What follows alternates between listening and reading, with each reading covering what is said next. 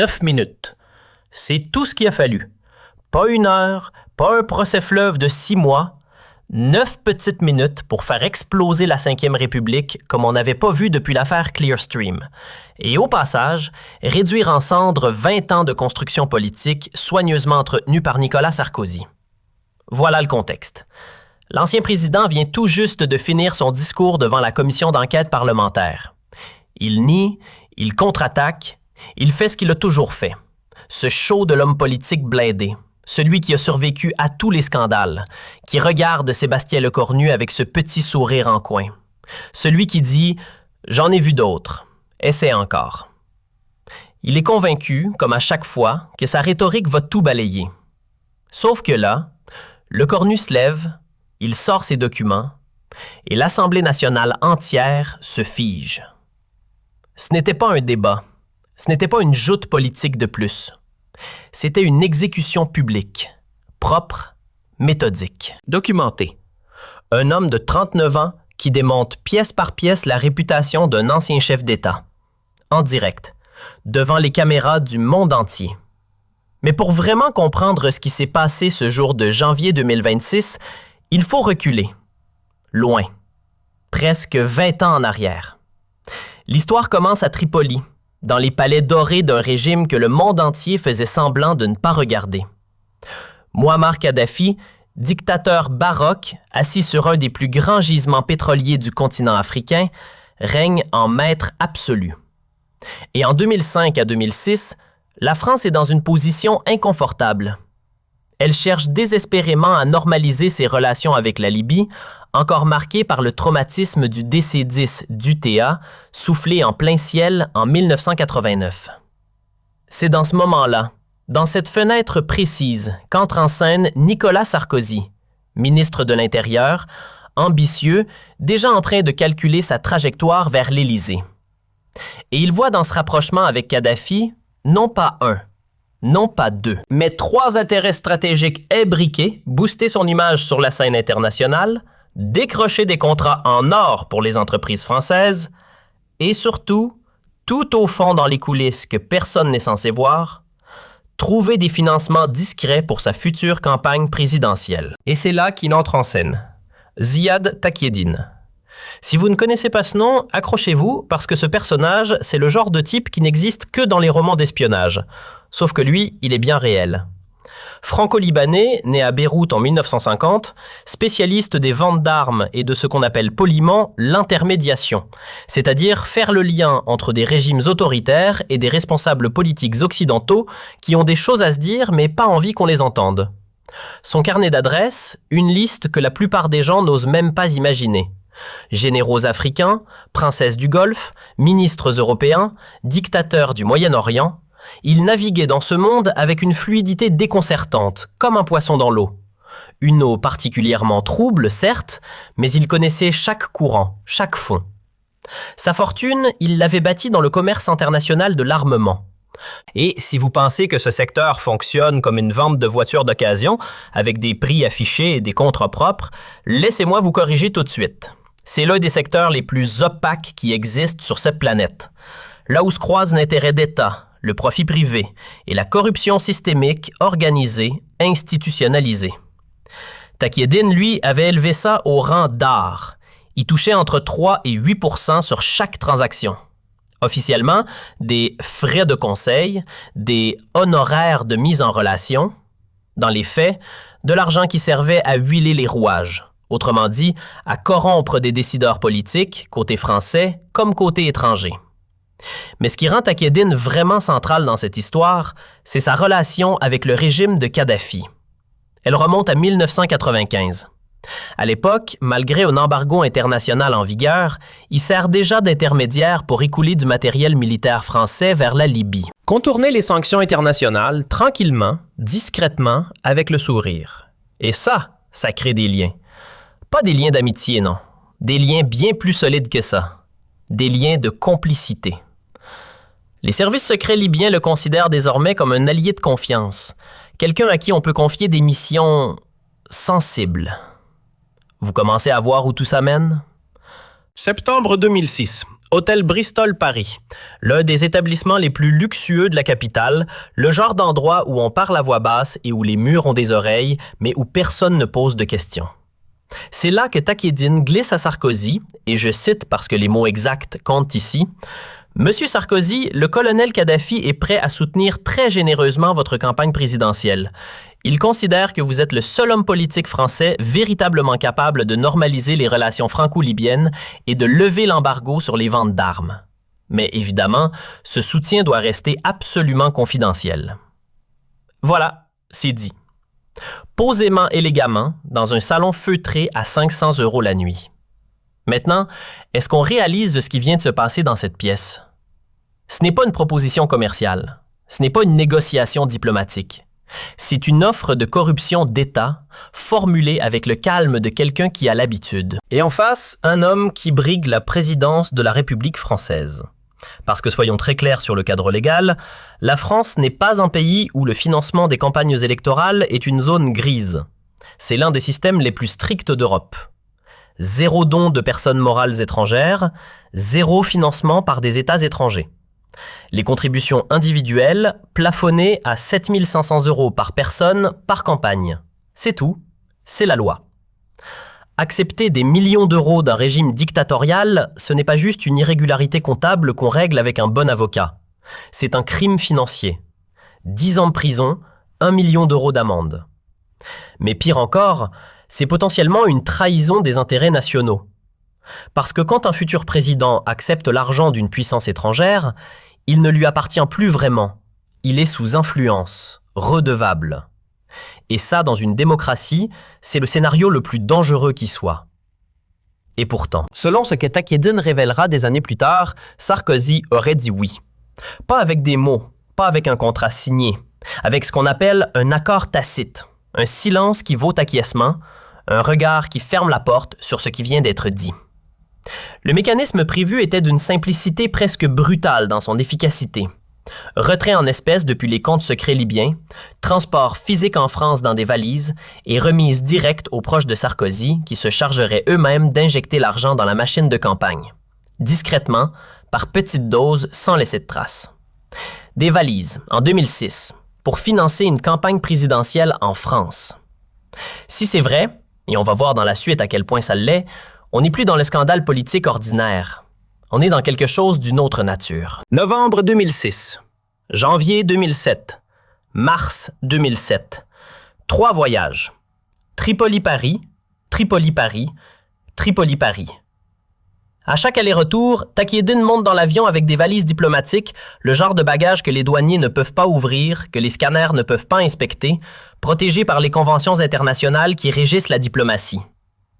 Et dans ces valises, des espèces, des liasses, de l'argent liquide libyen en route vers la capitale française pendant les mois les plus chauds de la campagne présidentielle. Le total, 5 millions d'euros. Selon Takieddine lui-même, 5 millions. Prenez le temps d'y réfléchir. Parce que c'est pas juste un chiffre abstrait, c'est près de 25% du budget officiel de campagne de Sarkozy. Un quart. Financé clandestinement par un régime dictatorial africain.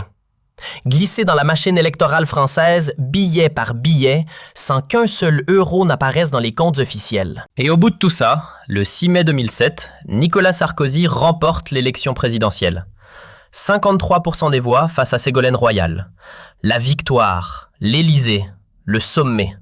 La fête se tient aux Fouquet's sur les Champs-Élysées. Champagne, photographes, costumes impeccables. Une célébration si ostentatoire qu'elle choque immédiatement l'opinion publique. Les Français trouvent ça vulgaire, déplacé, trop visible pour quelqu'un qui vient de promettre la rupture et le renouveau. Mais ce que personne ne sait encore ce soir-là, c'est qui a vraiment financé cette victoire. Quelques mois passent, et puis, juillet 2007, Sarkozy, désormais président en exercice, reçoit Mouammar Kadhafi à Paris pour une visite d'État. Une visite d'État officielle. Et Kadhafi, fidèle à lui-même, théâtral jusqu'au bout, fait planter sa tente bédouine dans les jardins de l'hôtel Marigny, juste en face de l'Élysée. En plein Paris, en plein été, Un spectacle surréaliste qui déclenche un tollé médiatique immédiat. Mais derrière le scandale de l'attente, derrière les caméras braquées sur ce cirque diplomatique, il y a une réalité bien plus grave. Cette visite, c'est le remboursement symbolique de la dette. Sarkozy reçoit Kadhafi en grande pompe, lui offre la légitimité internationale qu'il cherchait, normalise officiellement les relations franco-libyennes. Et Kadhafi, de son côté, peut se dire que son investissement a été rentable. C'est un donnant-donnant, brutal, cynique et parfaitement dissimulé sous le vernis de la diplomatie d'État. Et maintenant, regardez ce que cette visite produit concrètement. Les contrats signés pendant le séjour parisien de Kadhafi, plusieurs milliards d'euros. Des Airbus, un réacteur nucléaire civil, des contrats pétroliers pour Total, en une seule visite, avec un dictateur qu'on recevait sous une tente bédouine plantée face à l'Élysée. La France et la Libye de Kadhafi sont désormais officiellement, publiquement, des partenaires stratégiques privilégiés. Ce sont les mots utilisés dans les communiqués de presse. Des partenaires stratégiques privilégiés. Pendant ce temps, le secret tient, hermétiquement. 4 ans. Pendant 4 ans, une poignée d'initiés, et seulement eux, connaît la vérité sur l'origine réelle d'une partie des fonds de campagne de 2007. Le reste du monde, il ne sait rien, ne soupçonne rien.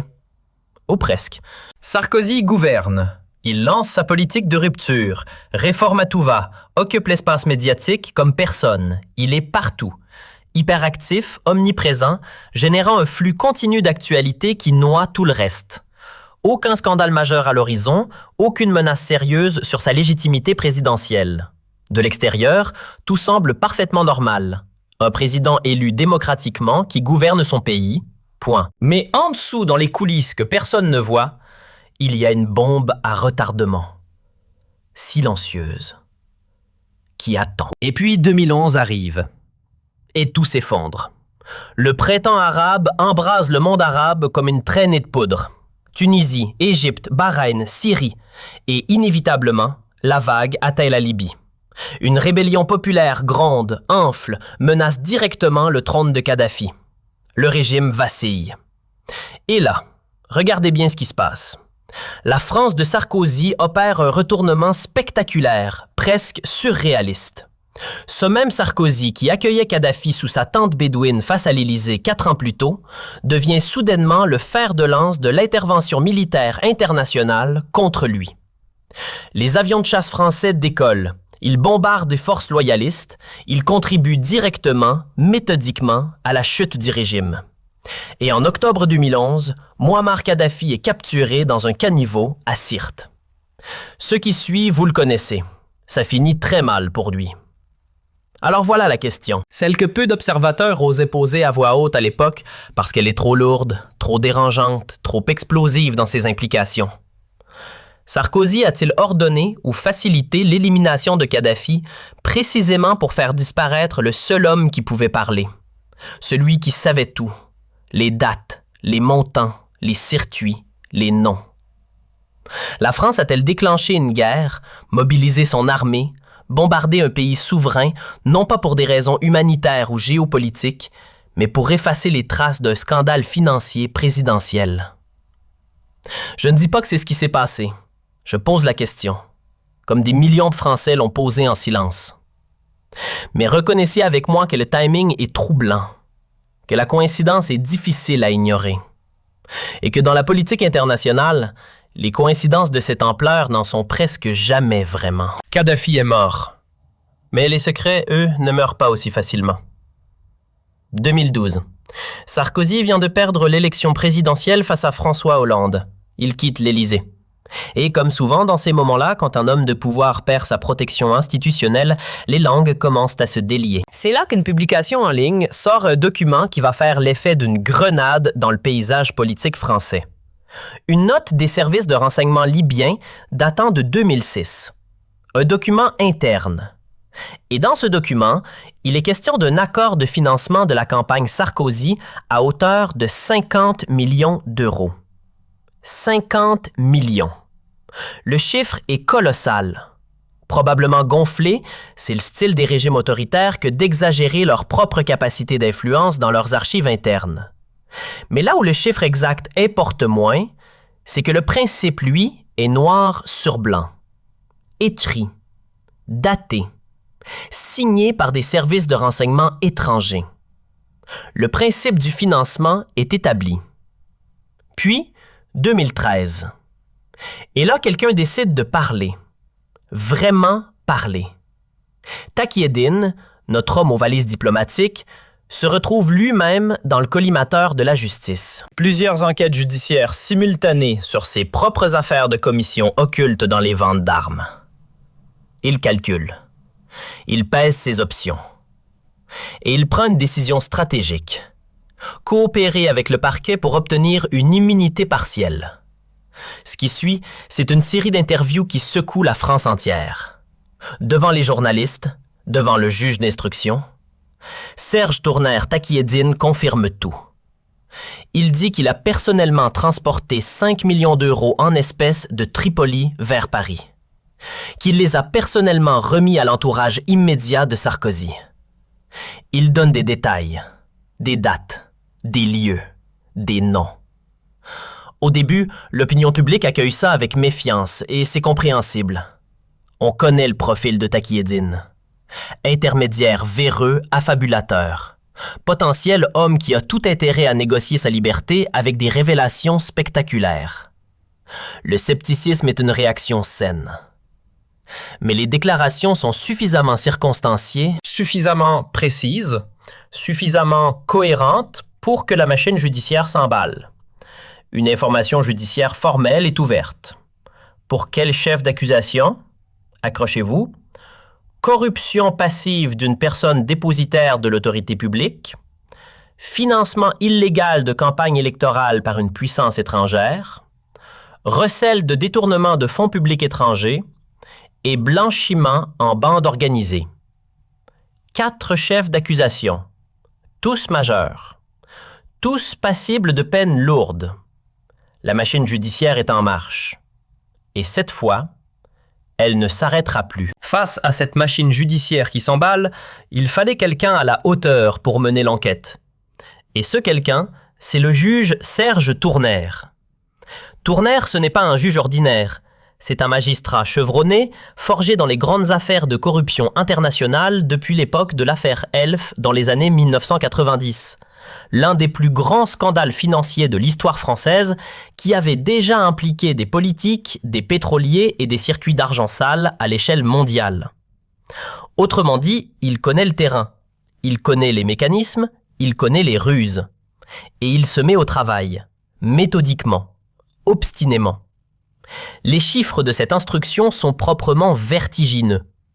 100 témoins auditionnés sur 7 ans. 23 000 documents saisis lors de perquisitions en France et à l'étranger. 23 000 expertisés, analysés, croisés. Des enquêtes bancaires internationales lancées dans 12 juridictions différentes, 12 pays. Parce que l'argent liquide, quand il entre dans le système financier, laisse des traces si on sait où chercher. Tournaire cherche. Pendant des années. Il cherche la trace matérielle de ces 5 millions d'euros libyens quelque part dans les circuits financiers français. Mais en face, il y a Sarkozy. Et Sarkozy n'est pas seul. À ses côtés, Thierry Herzog, ancien bâtonnier de Paris, spécialiste des grandes affaires politico-financières, l'un des avocats les plus redoutables du barreau français. Un homme qui connaît la procédure pénale dans ses moindres recoins et qui va s'en servir comme d'une arme.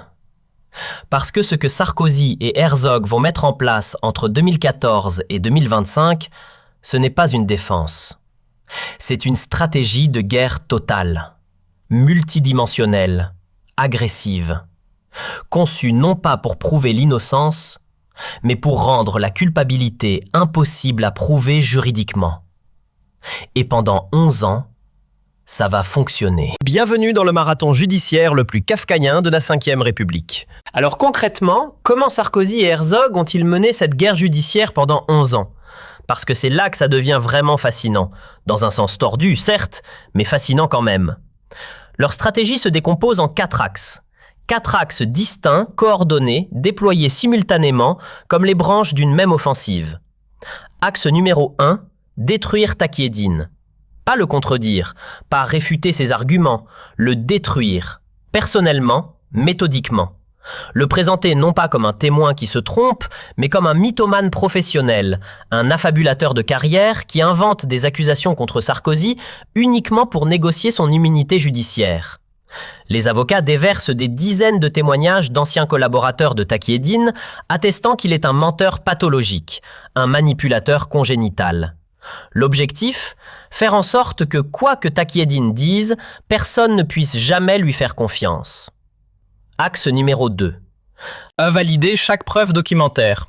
Les documents libyens, des fabrications, de la propagande du régime Kadhafi sans aucune valeur probante devant un tribunal français. Les relevés bancaires libyens, invérifiables.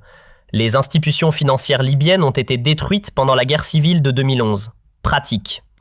Les témoignages des anciens responsables libyens, des récits de vaincus qui cherchent à se venger.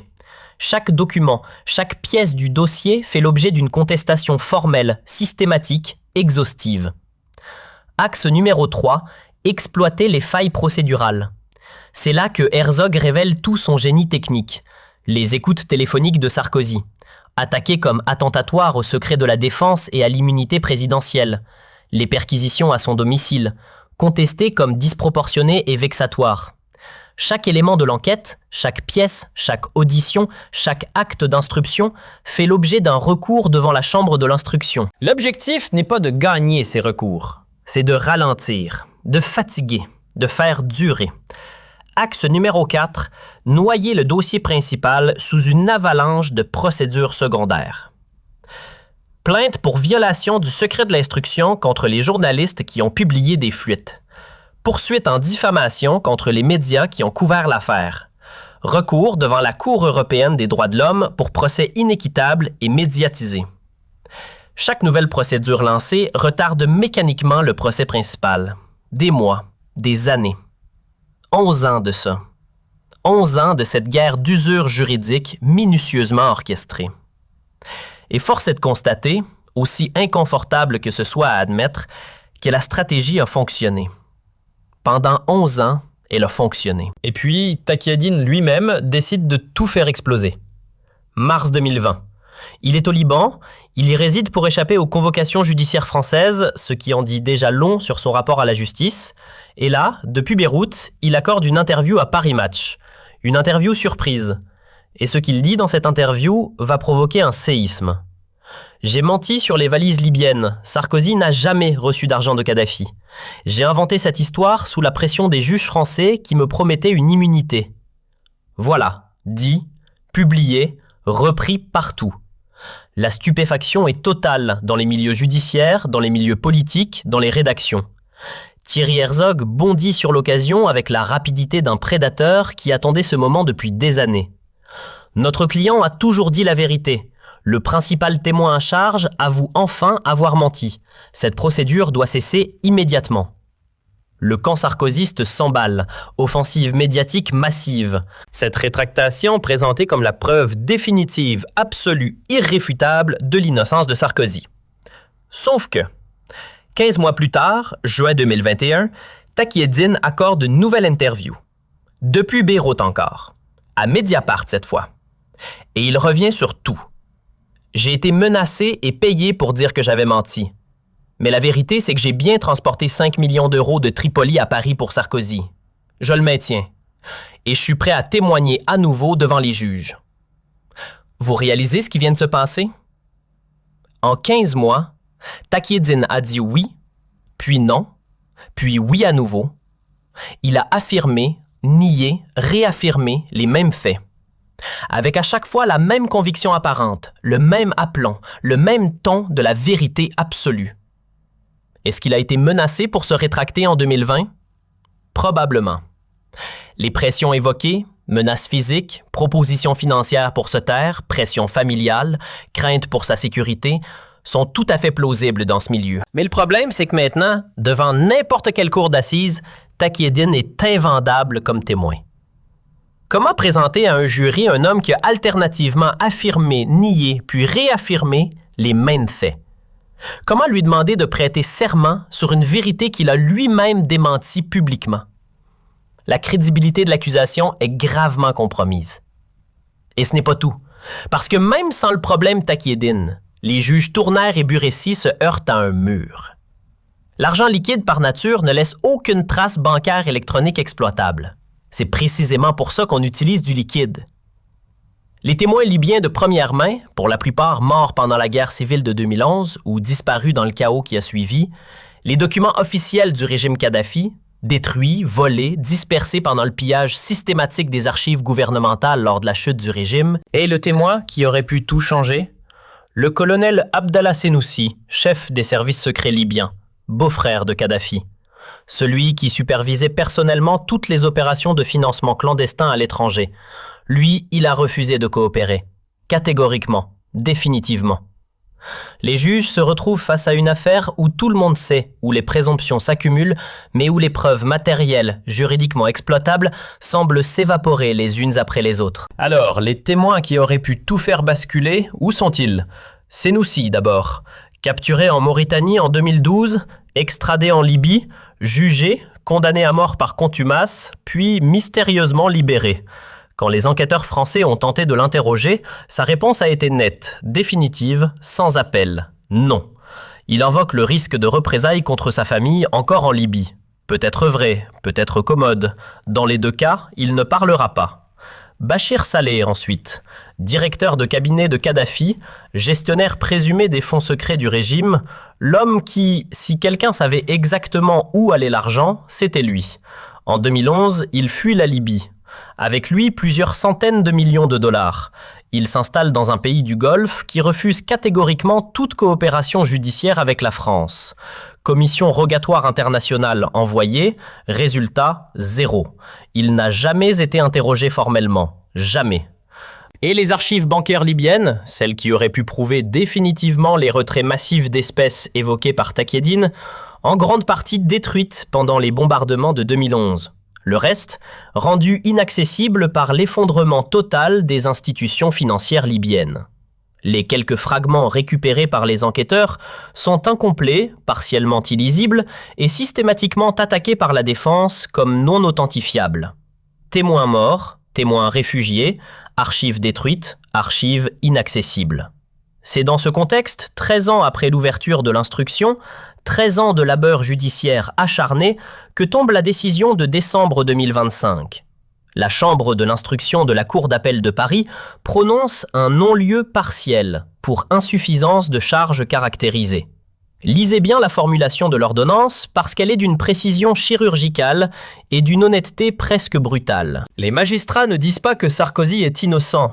Ils disent qu'il existe des présomptions graves et concordantes de financement illégal, mais que les preuves matérielles directes sont juridiquement insuffisantes pour établir avec la certitude absolue requise par le droit pénal français que Sarkozy a personnellement et consciemment reçu de l'argent libyen. Nuance capitale, fondamentale, que le camp sarkozyste va immédiatement s'empresser d'effacer. Parce que ce non-lieu, soyons clairs, ce n'est pas une victoire de l'innocence. C'est une victoire technique, une victoire procédurale, obtenue grâce aux failles de l'instruction à la disparition des preuves, à l'usure méthodique du dossier sur 13 ans. Les magistrats le disent eux-mêmes noir sur blanc, l'absence de condamnation ne signifie nullement la reconnaissance d'innocence.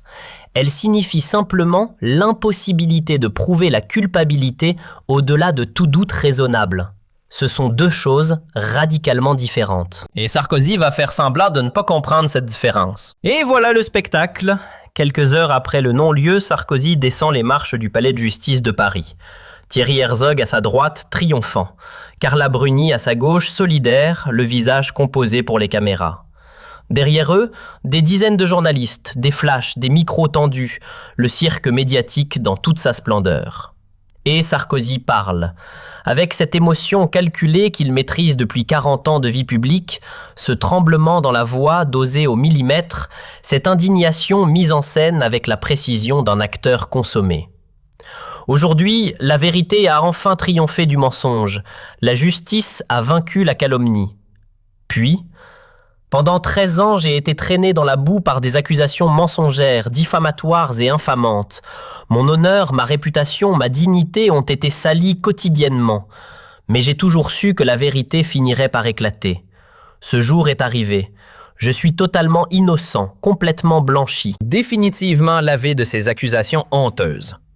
Totalement innocent, complètement blanchi, définitivement lavé.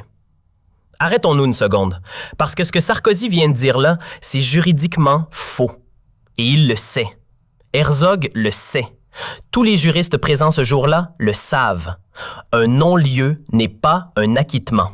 Ce n'est pas une reconnaissance d'innocence. C'est l'impossibilité de prouver la culpabilité au-delà de tout doute raisonnable. Nuance que les magistrats eux-mêmes ont pris soin de souligner explicitement dans leur ordonnance. Sarkozy n'est pas blanchi. Il est juridiquement hors d'atteinte, ce qui est très différent. Mais peu importe, parce que Sarkozy ne joue pas devant un tribunal. Il joue devant les caméras, devant l'opinion publique, devant l'histoire. Sa stratégie dans ce moment précis est d'une clarté absolue. Ne pas se contenter d'avoir échappé à la condamnation pénale, réécrire complètement le récit. Transformer 13 ans de procédures judiciaires qui ont mis en lumière des présomptions graves, en 13 ans de persécution injuste d'un homme courageux et innocent. Passer du statut de politicien aux pratiques douteuses ayant bénéficié de failles procédurales à celui de victime héroïque d'un complot politico-médiatique. C'est du grand art de la manipulation narrative. Et ça aurait peut-être fonctionné, si le Cornu n'avait pas décidé d'agir. Alors Sarkozy, fort de ce non-lieu, fragile juridiquement, mais médiatiquement exploitable à volonté, décide de frapper fort, très fort, et vite. Janvier 2026, il sort un livre, titre « La vérité sur l'affaire libyenne, 13 ans de persécution politique ». Sobre, modeste, tout en retenue. Le livre devient immédiatement un best-seller, évidemment, parce que quand Sarkozy sort un livre sur le scandale Sarkozy, ça se vend. Sa notoriété sulfureuse fait le travail, amplifiée par une campagne promotionnelle massive, orchestrée avec soin par ses réseaux politiques et médiatiques qui n'ont pas rouillé pendant 13 ans. Et puis, il y a la tournée des médias, impressionnante dans son ampleur, millimétrée dans son exécution. 2 heures sur CNews, une soirée spéciale sur TF1, 12 pages dans le Figaro Magazine, une longue conversation sur France 2. Partout, les mêmes plateaux, les mêmes lumières, le même Sarkozy, costume impeccable, regard déterminé, voix posée, qui martèle inlassablement le même message. Il a été persécuté, injustement, par une cabale politico-médiatique orchestrée par ses ennemis de gauche, pendant 13 ans. Et maintenant, enfin, la vérité a triomphé. C'est le récit victimaire dans toute sa pureté, rodé, répété, décliné sur tous les supports. Et il faut reconnaître une chose, Sarkozy est l'un des meilleurs communicants politiques que la France ait jamais produit. Quand il décide de porter un message, il le porte avec une conviction et une énergie que peu de politiques sont capables de lui opposer. Mais pourquoi cette offensive si massive, si rapide, si totale ? Parce que les enjeux dépassent largement sa réputation personnelle. Les élections législatives de 2027 approchent. Les Républicains rêvent de reconquête du pouvoir. Et Sarkozy, officiellement retiré de la vie politique active, certes, reste la figure tutélaire incontournable de la droite française. Son soutien peut propulser une carrière, son opposition peut la détruire. Son image, sa légitimité morale retrouvée sont des actifs politiques colossaux pour son camp. Il ne joue pas pour lui, il joue pour un héritage, pour un camp, pour 2027. Et il pense avoir tout sous contrôle.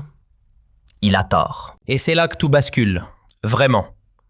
Parce que pendant que Sarkozy orchestre sa grande réhabilitation médiatique, les plateaux télé le livrent, les interviews fleuves, la tournée victimaire, il y a quelque chose qu'il ne sait pas.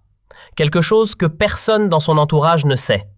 Quelque chose que même les juges Tournaire et Buressi, après 13 ans d'instruction acharnée, n'ont jamais pu obtenir. Le gouvernement Lecornu dispose de preuves. Pas des présomptions, pas des indices, pas des témoignages d'un homme qui dit oui, puis non, puis oui. Des preuves matérielles, accablantes, juridiquement irréfutables. 3 catégories. 3 types d'éléments que la justice ordinaire n'a jamais pu toucher par les voies classiques. Premier type, des documents confidentiels classifiés récupérés lors d'opérations clandestines des services secrets français directement en Libye. Pas des photocopies douteuses, pas des fuites anonymes, des originaux, récupérés sur le terrain, dans des conditions que nous allons détailler dans un instant. Deuxième type, des témoignages, mais pas n'importe lesquels. Des témoignages détaillés de hauts responsables libyens discrètement exfiltrés en France, placés sous protection des services. Des gens qui savent, des gens qui étaient là, des gens qui peuvent parler maintenant parce qu'ils sont en sécurité. Troisième type, et c'est là que ça devient proprement dévastateur, des enregistrements. Audio, vidéo, provenant directement des archives de sécurité ultra secrètes du régime Kadhafi. Les conversations, les réunions, les transactions, captées, archivées, préservées par un régime paranoïaque qui enregistrait absolument tout. La question évidente, c'est pourquoi ces preuves n'ont-elles jamais été utilisées dans la procédure judiciaire ordinaire? La réponse, c'est que leur mode d'obtention, opération clandestine de renseignement, exfiltration secrète, archives récupérées en dehors de tout cadre juridique international, les rend inutilisables devant un tribunal. Elles sont réelles, elles sont accablantes. Mais elles sont juridiquement empoisonnées pour une procédure pénale classique. En revanche, devant une commission d'enquête parlementaire, c'est une autre histoire. Et Lecornu l'a parfaitement compris. Alors, comment ces preuves ont-elles été obtenues? Parce que c'est là que l'histoire prend une dimension carrément digne d'un film de la CIA. Revenons quelques années en arrière. La Libye post-Kadhafi, c'est le chaos absolu. 3 gouvernements rivaux qui se disputent le territoire. Des milices armées qui contrôlent des quartiers entiers. Des puissances étrangères, Russie, Turquie, groupes djihadistes, qui se positionnent, qui manœuvrent, qui cherchent à mettre la main sur tout ce qui peut avoir de la valeur stratégique. Et dans ce chaos, la DGSE, la Direction générale de la sécurité extérieure, les services secrets français, comprend quelque chose d'urgent. Les archives du régime Kadhafi sont en train de se disperser, d'être pillées, de tomber entre des mains qui n'auraient jamais dû y accéder. Il faut agir, vite, discrètement. Plusieurs opérations clandestines ultra sensibles sont menées. Et parmi elles, mars 2023, l'opération Sirocco.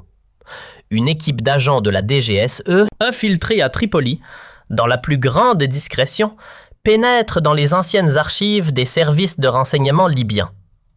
Localisation: un bunker souterrain dans le complexe de Bab al-Azizia, l'ancien palais présidentiel de Kadhafi, partiellement détruit lors des bombardements de 2011, laissé à l'abandon depuis.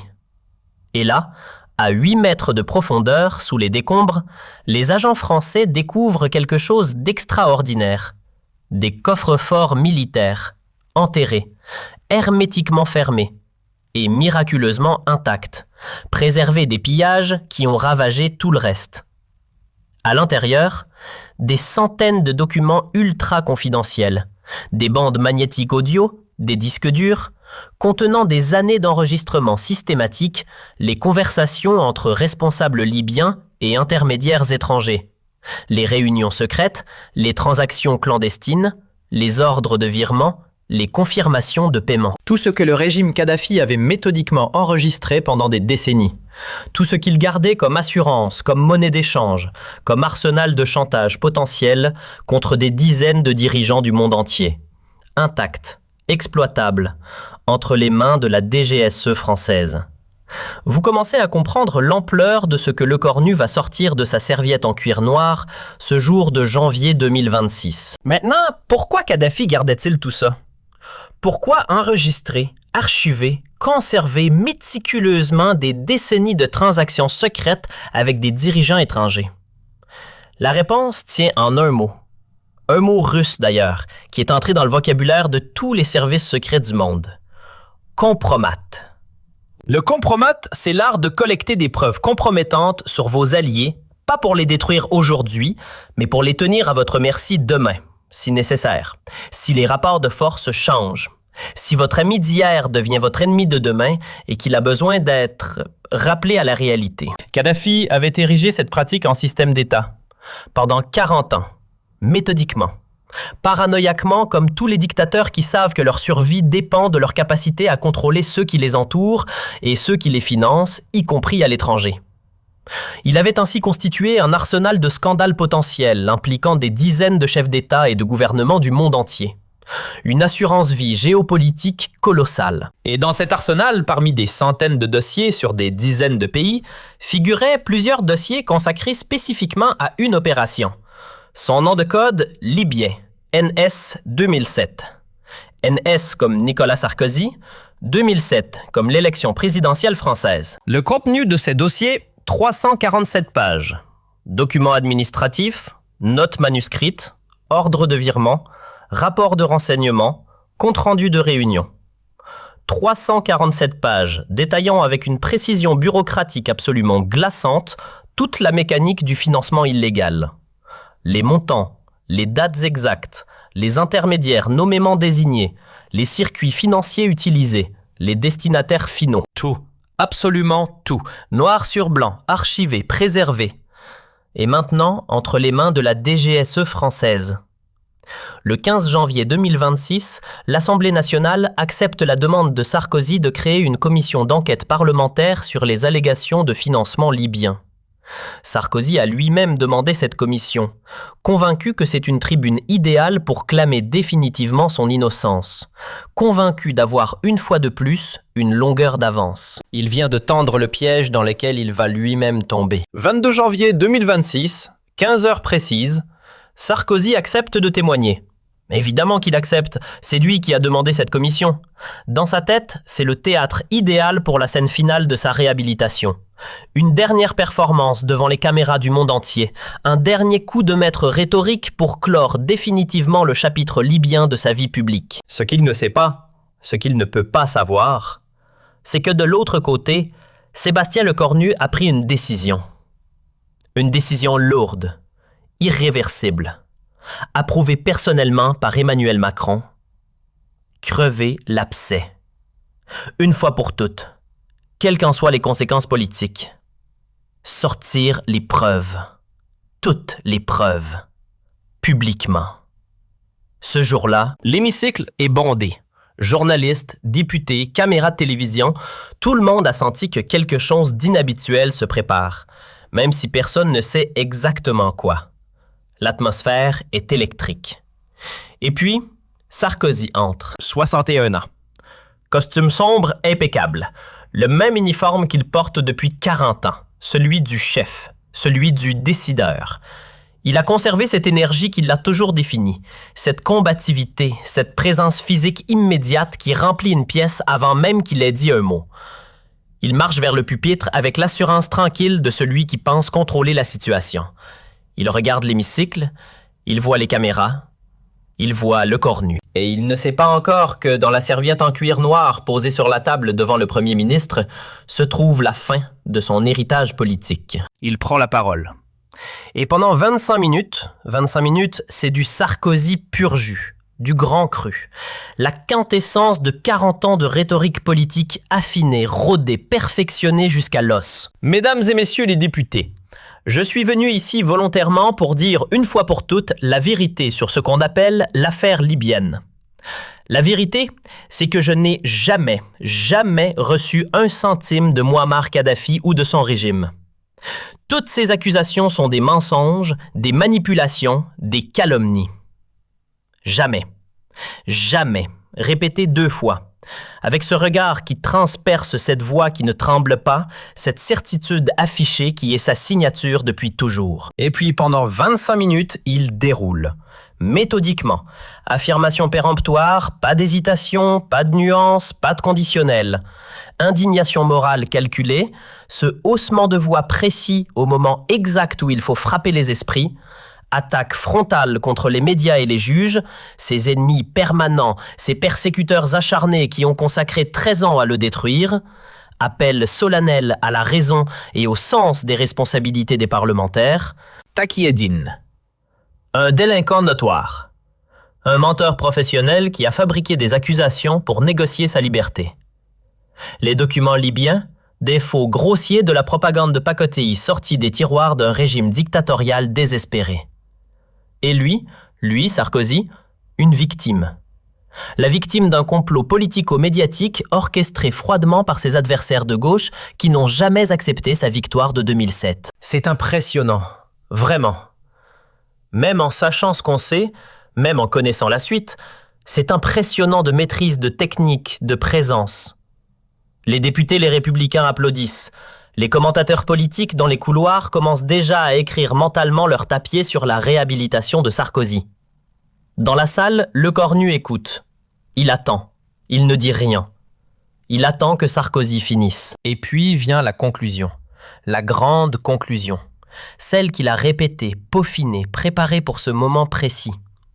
J'ai été président de la République française. J'ai servi mon pays avec honneur et dignité. Je ne laisserai personne salir mon nom et mon héritage sur la base de mensonges et de fabrications. La vérité finit toujours par triompher. Et aujourd'hui, la vérité triomphe. Je suis innocent. Silence, puis explosion. Les applaudissements des députés les républicains déferlent dans l'hémicycle comme une vague. Chaleureux, nourri, soutenu. Sarkozy reçoit ça avec cette dignité calculée, ce petit hochement de tête de celui qui accepte l'hommage qu'il estime mérité. Dans les couloirs, les commentateurs politiques sont déjà en train de reformuler leurs analyses. La réhabilitation de Sarkozy est en marche. Il a tenu, il a convaincu. L'affaire libyenne est derrière lui. Les chaînes d'infos en continu commencent à préparer leurs éditions spéciales sur le retour triomphal de l'ancien président. Et c'est exactement à ce moment-là, dans ce pic d'euphorie sarkozyste, dans cette fraction de seconde où tout le monde croit que c'est terminé, que Sébastien Lecornu lève la main. Il demande la parole. En tant que membre de droit de la commission d'enquête, le président de la commission le regarde. Cette intervention est inhabituelle, très inhabituelle. Un premier ministre en exercice qui prend la parole dans une commission d'enquête parlementaire, ça ne se fait pratiquement jamais. Mais il ne peut pas refuser. Juridiquement, protocolairement, il ne peut pas refuser. Alors il acquiesce. Et là, quelque chose change dans l'atmosphère de l'hémicycle, instantanément. Imperceptiblement d'abord, puis de façon de plus en plus évidente. Un silence s'installe. Pas le silence poli entre deux interventions, un silence pesant. Le genre de silence qui précède quelque chose d'irréversible. Lecornu se lève, lentement. Il prend sa serviette en cuir noir, il s'approche du pupitre, et avant de dire un seul mot, il fixe Sarkozy, droit dans les yeux, longuement. Et c'est dans ce regard que Sarkozy comprend pour la première fois que quelque chose ne va pas du tout comme prévu. Et Lecornu ouvre la bouche. Monsieur l'ancien président, je vous remercie pour cette démonstration éloquente de ce qu'on pourrait appeler l'art du déni. Malheureusement pour vous, la vérité que vous invoquez si souvent va justement être établie aujourd'hui, et elle est accablante.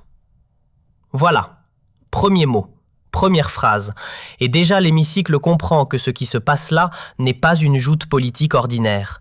La voix de Lecornu est glaciale, pas agressive, pas émotionnelle, glaciale. Le ton de quelqu'un qui n'a pas besoin de crier parce qu'il a les faits de son côté. Le ton de quelqu'un qui sait exactement où il va et qui n'a aucun doute sur l'issue. Sarkozy se redresse sur son siège, visiblement surpris par le ton. Pour la première fois depuis des décennies, quelque chose dans son regard ressemble à de l'incertitude. Les députés retiennent leur souffle, collectivement, et Lecornu ouvre sa serviette en cuir noir. Vous affirmez n'avoir jamais reçu d'argent libyen. Permettez-moi de vous présenter le document AW 1647, récupéré par la DGSE dans les archives du régime Kadhafi. Il s'agit d'un ordre de virement signé par Bachir Saleh, directeur de cabinet de Kadhafi, autorisant le retrait de 5 millions d'euros en espèces des comptes secrets libyens pour financement de la campagne NS 2007. Pause. NS, Monsieur Sarkozy. Ce sont vos initiales. Le choc est immédiat, physique. Vous pouvez le voir sur les visages, la stupéfaction, l'incrédulité, la réalisation progressive de ce qui est en train de se passer. Les caméras pivotent instantanément vers Sarkozy et ce que les objectifs captent à cet instant, c'est quelque chose que personne n'a jamais vu sur ce visage en 40 ans de vie publique. Il blêmit. Lecornu n'attend pas. Il enchaîne implacable, sans respiration, sans laisser le temps de se reprendre. Vous prétendez que Taqi Eddine a menti. Voici les relevés bancaires libyens. 3 retraits massifs d'espèces, novembre 2006, janvier 2007. Mars 2007. Exactement aux dates que Taqi Eddine a indiquées. Coïncidence extraordinaire, n'est-ce pas? Sarkozy tente quelque chose. Il ouvre la bouche. Monsieur le Premier ministre, ces documents sont... Le cornu l'interrompt, sèchement, sans élever la voix, sans une once d'hésitation. Non, monsieur Sarkozy, c'est moi qui parle maintenant. Vous allez écouter. Et dans cette phrase courte, 7 mots, quelque chose bascule définitivement dans l'hémicycle. Le rapport de force vient de s'inverser, publiquement, irrémédiablement, devant les caméras du monde entier. Pour la première fois de sa vie, Nicolas Sarkozy se tait parce qu'on lui a dit de se taire. Et puis le cornu prononce les mots que personne n'attendait. Mais le plus accablant, ce sont les enregistrements audio. En 2007, les services de sécurité libyens enregistraient systématiquement toutes les conversations de Taqi Eddine. Nous avons récupéré ces archives. Écoutons ensemble. Écoutons. Ensemble. Un silence de mort tombe sur l'hémicycle. Pas un souffle. Pas un murmure. Rien. Le cornu active l'enregistrement sur le système de sonorisation de l'Assemblée nationale, cette même enceinte où se votent les lois de la République française depuis des décennies. Et on entend. D'abord, la voix de Taqi Eddine en français clair, reconnaissable. Le ministre est très satisfait du premier versement. Il demande si le second peut être avancé à janvier plutôt que février. Puis une voix en arabe, traduite simultanément en temps réel pour toute la salle. Pas de problème, le colonel a donné son accord. Dis à Sarkozy que la Libye n'oublie pas ses amis. Dis à Sarkozy que la Libye n'oublie pas ses amis. Vous avez entendu? Ce n'est pas un document. Ce n'est pas une note interne. Ce n'est pas un témoignage d'un homme qui dit oui, puis non, puis oui. C'est une voix. C'est un enregistrement. C'est Taqi Eddine lui-même, en direct en 2007, parlant de « le ministre Sarkozy » et de versement, au pluriel. L'effet dans l'hémicycle est dévastateur. Sarkozy est livide, pas pâle, livide. Cette couleur particulière que prend un visage quand quelque chose d'irréparable vient de se produire. Mais le cornu n'a pas fini. Il n'a même pas commencé à finir. Vous affirmez n'avoir jamais rencontré personnellement Taqi Eddine pour ces transferts. Permettez-moi de vous rafraîchir la mémoire. Voici les enregistrements de vidéosurveillance de l'hôtel Raphaël. Le 4 mars 2007, 22h30. Votre entrée discrète par l'accès secondaire. 22h42, l'arrivée de Taqi Eddine. Vous êtes resté 47 minutes dans la suite 401. Nouvelle pause, calculée, chirurgicale. Que faisiez-vous là, monsieur Sarkozy? Une partie de cartes. Cette dernière phrase, cette ironie sèche, presque clinique, provoque un mouvement dans la salle. Pas des rires, quelque chose de plus grave. La réalisation collective que ce qu'on est en train de vivre là n'est pas un débat politique. C'est un démontage, méthodique, documenté, pièce par pièce. Et Sarkozy ne peut pas répondre, parce qu'il n'y a rien à répondre. Chaque révélation tombe comme un coup de marteau. Et Sarkozy... Ce Sarkozy qui a traversé 40 ans de vie publique sans jamais perdre contenance, commence à se fissurer. Visiblement, en direct, devant les caméras du monde entier. Les députés, les républicains sont pétrifiés. Plus personne n'applaudit, plus personne ne dit rien. Et le cornu continue. Mais parlons aussi de Claude Guéant, votre homme de confiance. En avril 2008, juste après votre élection, M. Guéant a ouvert un compte bancaire aux Seychelles. 500 000 € en espèces y ont été versés.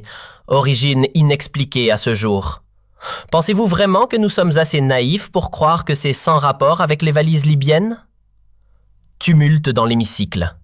Guéant, son directeur de cabinet, son homme de l'ombre depuis des décennies. Cette révélation est encore plus explosive que les précédentes parce qu'elle implique que le système était organisé, que Sarkozy n'agissait pas seul, qu'il y avait une structure. Une architecture de la dissimulation. Le cornu laisse le calme revenir. Il prend son temps. Puis l'estocade. Et puis il y a la question la plus terrible. Monsieur Sarkozy, en 2011, vous avez ordonné l'intervention militaire en Libye qui a conduit à la mort de Kadhafi. Plusieurs témoins libyens que nous avons exfiltrés affirment que dans les derniers mois de sa vie, Kadhafi menaçait de révéler publiquement le financement de votre campagne si la France ne cessait pas de soutenir les rebelles. Quelques semaines plus tard, il était mort, dans des circonstances troubles. Nouvelle pause, terrible. Avez-vous fait tuer Kadhafi pour qu'il ne parle jamais, Monsieur Sarkozy? C'est le chaos, total, immédiat, irréversible. Sarkozy se lève, rouge, tremblant de colère, les poings serrés. C'est scandaleux, c'est une mise en scène, je refuse. Le cornu ne le laisse pas finir, sa voix coupe net comme une lame. Ce qui est scandaleux, Monsieur Sarkozy, c'est qu'un président de la République a vendu la politique étrangère de la France à un dictateur pour financer sa campagne. Ce qui est scandaleux, c'est que vous ayez menti pendant 20 ans. Ce qui est scandaleux, c'est que vous soyez ici aujourd'hui à nous prendre encore pour des imbéciles. Et puis le silence. 2 secondes. 3. Le cornu regarde Sarkozy.